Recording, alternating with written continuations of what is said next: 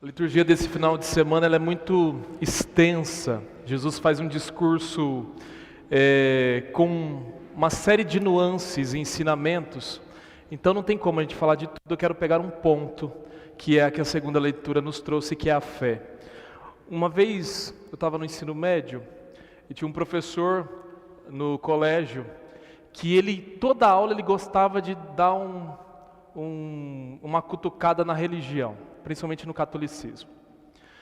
E um dia ele chegou na sala de aula e disse assim para nós: olha, vocês aí que têm fé, acreditam em Jesus Cristo? Queria avisar para vocês que vocês não passam, como Freud diz, de pessoas infantis. Como é que vocês podem acreditar nisso? Vou contar para vocês o que é o Evangelho de verdade. Jesus Cristo era um bom filósofo, e a filosofia dele se chamava amor, e ele pregou o amor, mas como quem andava com ele era só pescador, prostituta, ladrão, esse pessoal iletrado, não estudado, eles não tiveram condições. Acho que o meu microfone está muito alto, não está? Está muito alto, abaixa um pouquinho, fazendo favor. Tá, né? Obrigado. Então como esse pessoal era iletrado, o que eles fizeram? Não sabiam entender a filosofia de Jesus. Ao invés de transformar ele num filósofo, transformaram ele num Deus. Falou assim: nossa, esse homem sabe tanto, só pode ser Deus. E jogou isso na sala de aula. E eu pensei comigo assim: meu Deus, parece que isso faz sentido. E aí, depois da aula, eu me lembro muito uma evangélica, ela chama Carol, e ela chegou em mim e falou assim para mim assim: escuta, você é católico, não é? Eu falei assim: até agorinha pouquinho eu era, agora eu já não sei mais tanto se eu já sou. Ela disse: nós estamos montando um grupo aqui para ir na diretoria para reclamar desse professor, porque ele não pode ficar ofendendo a nossa fé desse jeito. Ele tem uma implicância conosco. Nós já reunimos aqui católicos, protestantes, vem você também. E eu fiquei encucado com aquilo. Eu falei assim: meu Deus do céu, parece que eu não consigo ir fazer isso. Porque até então, veja bem, quando nós não temos profundo conhecimento e nem profunda fé verdadeira, esse tipo de argumento nos convence. E eu era um menino. Você imagina os jovens na faculdade escutando isso noite e dia, o que é que não se passa na cabeça desses jovens? Então, aconteceu, eles foram na diretoria mesmo, né? Só que aquilo me transformou. Aquilo foi muito bom. A fala desse professor, naquele dia, me converteu. Porque eu me tornei outra pessoa depois daquilo. Porque eu falei assim: olha, se eu creio, porque eu sentia Deus em mim. Eu falava: será que eu sinto alguma coisa que não existe? Será que é tanta ilusão assim? Não é possível. E aí isso me fez ir atrás de dar razões à minha fé. E um dia eu cheguei na escola e eu falei: eu vou esperar. E esperei sentadinho o dia que o professor veio tacar pedra em Jesus Cristo de novo. E aí eu tinha estudado, e tinha estudado principalmente Santo Agostinho. Santo Agostinho tem um livro onde ele defende ele contrapõe essas ideias heréticas da época, né? E eu tinha estudado, e aí então levei os argumentos de um ateu muito conhecido, que é um dos maiores ateus do mundo, que ele diz, esse ateu reconhece que o Evangelho, como nós temos hoje o Novo Testamento, ele tem comprovação histórica. E aí levei os argumentos que eu fiz, enfim e tal, né? Deixei o professor numa saia justa, os protestantes todos bateram palma para mim na sala de aula, foi aquela confusão. Só que depois daquilo, essa mesma menina, ela veio e falou assim para mim assim: muito bonito, você tem crença, agora lhe falta ter fé. E isso é uma coisa que eu vou dizer para vocês agora. Nós somos cheios de crença. mas nos falta fé. Quando você diz assim, olha, eu creio em nosso Senhor Jesus Cristo, quando eu creio em Jesus, que Ele veio, nos salvou, é o Salvador do mundo, isso é uma crença. Significa que a sua razão, naquele dia, eu consegui fazer um movimento racional de provar que a existência de Deus é possível. Isso é muito bonito, é crença. A maioria das pessoas tem crenças. É quando você faz um esforço racional para acreditar naquilo. Você comprova, você vê, a ciência faz isso. Até na ciência se tem crença. E mesmo na igreja, quando você reza o creio, você tem uma crença. Agora, o que é fé? Pedro tinha, lembra de Pedro, quando ele anda sobre as águas? Ele tinha crença. Ele acreditava que Jesus, ele já tinha dito, tu és o Filho de Deus. O que é a fé de Pedro naquele momento? É quando ele coloca o pezinho dentro da água e começa a andar até Jesus Cristo. Aí ele saiu da crença e passou para a fé. A fé não é só uma compreensão racional. A fé é um relacionamento. E isso que é difícil de entrar na nossa cabeça. É um relacionamento profundo com uma pessoa, com Jesus Cristo. Isso é a fé. É de repente você assumir nesse relacionamento que esse Deus aí que você acredita, Ele realmente está presente na sua vida. E enquanto você não sente isso, você tem crença, você é cheio de crença, mas você não tem fé nenhuma. A fé, diz a primeira leitura, é a posse daquilo, a segunda leitura, perdão, é a posse daquilo que não se vê. Por exemplo, você que é dona de casa, fazer um bolo na sua casa. Você, antes de pegar os ingredientes, você tem na sua cabeça a imagem daquele bolo. Você sabe como vai ficar, mas você não tem o bolo pronto ainda. Só depois é que você vai fazer o bolo, enfim, e aí você vai ter o bolo que você fez. Isso é fé.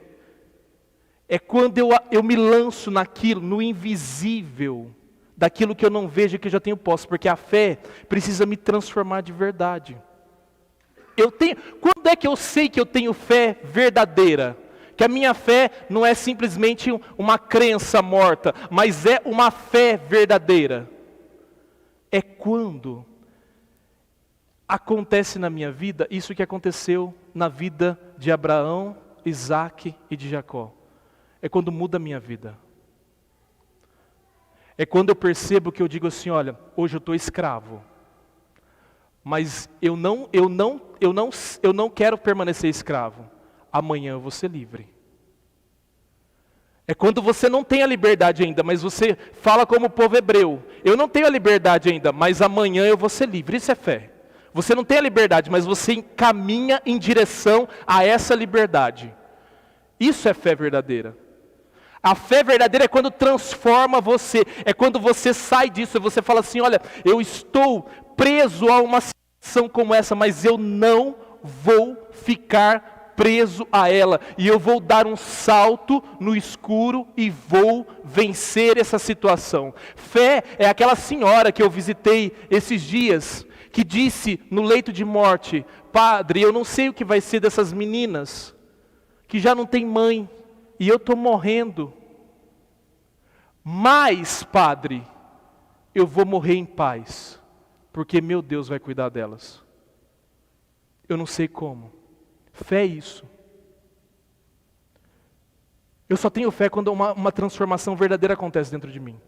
Quando realmente Jesus Cristo habita em mim. Porque eu só vou entender, eu só vou poder não acreditar naquele professor, com aquelas ideias. Eu só entendo quando eu vivo aquilo. Eu estou falando de uma coisa que eu sei, que não é só teoria, mas porque eu vivo. Um relacionamento é quando você senta com uma pessoa para tomar um café e ela está ali presente. Ela está daquele jeito, é aquela pessoa na sua frente. E aí você se relaciona com ela. E com Jesus é a mesma coisa. É quando de repente ele se torna, de Santa Teresa d'Ávila, um amigo seu.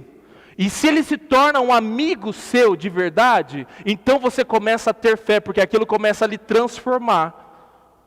Porque você ainda não tem coisas, mas você já acredita que as terá. E aí você se lança na fé.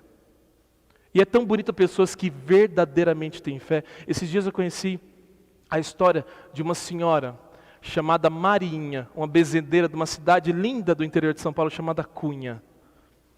E que bonito era a fé daquela senhora. E eu comecei a ler as histórias, e uma das histórias dela me chamou a atenção. Um pai desesperado vai até ela e diz assim: minhas filhas estão doentes e eu já não sei mais o que fazer, queria que a senhora rezasse por elas. Aí ela vai lá, pega um potinho de chá, sai no quintal, apanha uma rosa e diz assim: esse chá você faz para uma das meninas. E agora essa rosa aqui, você leva para outra menina. Quando ele chegou, uma das meninas tinha morrido. E claro, é uma coisa trágica. Mas a fé, ela é capaz de te dar a posse de coisas que ainda você não as tem. E como falta na nossa sociedade pessoas que têm verdadeira fé, que tem uma sabedoria, que não fica presa aos raciocínios mundanos, mas que vai além disso, que olha para uma pessoa, e a pessoa é terrível, ruim, chata, horrível, mas ela consegue enxergar além daquilo. Ela enxerga o porquê aquela pessoa é daquele jeito. O Jesus que está nela, a pessoa que está nela. Isso modifica a vida. Aí sim, fé é quando eu faço como Abraão, quando eu abandono, quando eu saio da minha casa, quando eu deixo a minha vida para trás, quando eu tenho coragem de dar passos para frente, quando eu reconheço que, olha, isso eu não tenho mais, eu perdi, e agora eu preciso alcançar outras coisas. É isso. Fé é isso. E tomara que essa fé verdadeira, esse relacionamento com Deus, ele se faça presente no seu coração. Faça uma experiência. Tem uma médica em Belo Horizonte chamada Doutora Filó. Quem conhece? Ela é bem conhecida entre vocês. Que bom. Ela ensina para o Brasil um método muito simples. Ela chama Jesus de G. Ô G, faz isso aqui para mim. Sabe, no dia a dia, se relacione nessa simplicidade com Deus. Da sua maneira, é você e Ele. No seu dia a dia, faça isso. Para você ver as graças e as maravilhas, a calmaria, a paz, a fortaleza que vai habitar o seu coração. E se você puder, assista às palestras da doutora Filó. Você vai gostar muito. Ela é uma pediatra que trabalha na UTI de crianças e tem uma fé maravilhosa. Isso vai lhe ajudar muito a acender a fé no seu coração.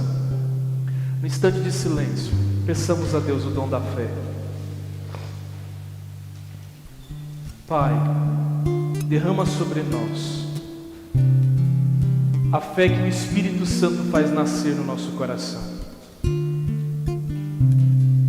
para que as ideias, as ilusões do mundo não nos tirem do seu caminho, mas que nós continuemos crendo, mesmo quando tudo ao nosso redor diz para que nós não creiamos, mas que nós continuemos crendo e alcançando aquilo que ainda nós não temos posse no nosso coração.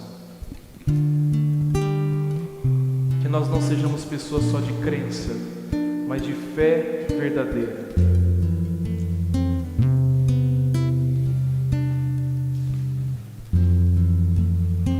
Professemos a nossa fé. Creio em Deus Pai Todo-Poderoso, Criador do céu e da terra, e em Jesus Cristo, seu único Filho, nosso Senhor, que foi concebido pelo poder do Espírito Santo, nasceu da Virgem Maria, padeceu sobre Pôncio Pilatos, foi crucificado, morto e sepultado, desceu à mansão dos mortos, ressuscitou ao terceiro dia, subiu aos céus, está sentado à direita de Deus Pai Todo-Poderoso, de onde há de vir a julgar os vivos e os mortos. Creio no Espírito Santo, na Santa Igreja Católica, na comunhão dos santos, na remissão dos pecados, na ressurreição da carne, na vida eterna. Amém. Elevemos a Deus os nossos pedidos.